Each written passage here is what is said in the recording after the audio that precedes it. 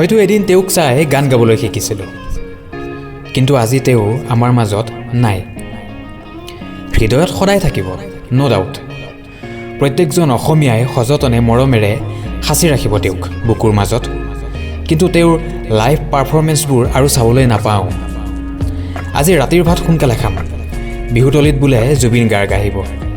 অলপ আগতীয়াকৈ নগ'লে থিয় হৈ থাকিবলৈ ঠায়ে নাপাম। কিন্তু এতিয়া হয়, অসম মানে জুবিন গাৰ্গ। জুবিন গাৰ্গক এৰি অসম আৰু অসমীয়া এই শব্দ দুটা সম্পূৰ্ণ নহয়। এবাৰ তেওঁ নিজেই কৈছিল, অসম বিখ্যাত কেৱল 3টা সম্পদৰ কাৰণে, সেয়া হ'ল চাহ, এশিঙীয়া গড় আৰু জুবিন গাৰ্গ।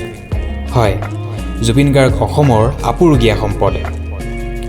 তেওঁ কৈছিল, মোৰ কোনো বেলেগ জাতি নাই, ধৰ্ম নাই, মই কেৱল মানুহ, মোক কোনেও বান্ধি ৰাখিব নোৱাৰে, মই মুক্ত। স্কুলীয়া দিনবোৰত বেগত কিতাপৰ বোজা লৈ শুনিছিলোঁ জুবিনদাৰ আমি যেন যন্ত্ৰ, একোটা যন্ত্ৰ। অলপ ডাঙৰ হৈ শুনিছিলোঁ মনলৈ উভতি আহে ল'ৰালি। বৰষুণজাক দেখি শুনিছিলোঁ এজাক বৰষুণে মোক চুই থৈ গ'ল। ৰাস্তাৰ কাষৰ বৃহৎ অট্টালিকাটো দেখি কেতিয়াবা শুনিছিলোঁ মন যায়, মোৰো মন যায়।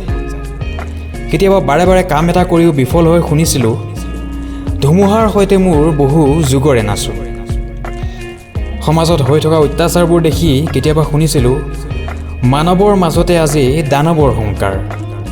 মাজুলী যাওঁতে কাণত বাজি আছিল মাজুলীত এজনী ছোৱালীয়ে দুখ পালে। কেতিয়াবা প্ৰেমত পৰি শুনিছিলোঁ মায়াবিনী ৰাতিৰ বুকুত দেখা পালোঁ তোমাৰ ছবি। এদিন ক'ৰবাত প্ৰেমক হেৰুৱাই শুনিছিলোঁ সেই কোন কাহানীতে দেখা এজুৰি কাজল চকু, মনত পৰিলে আজিও শোকে খুন্দে বুকু।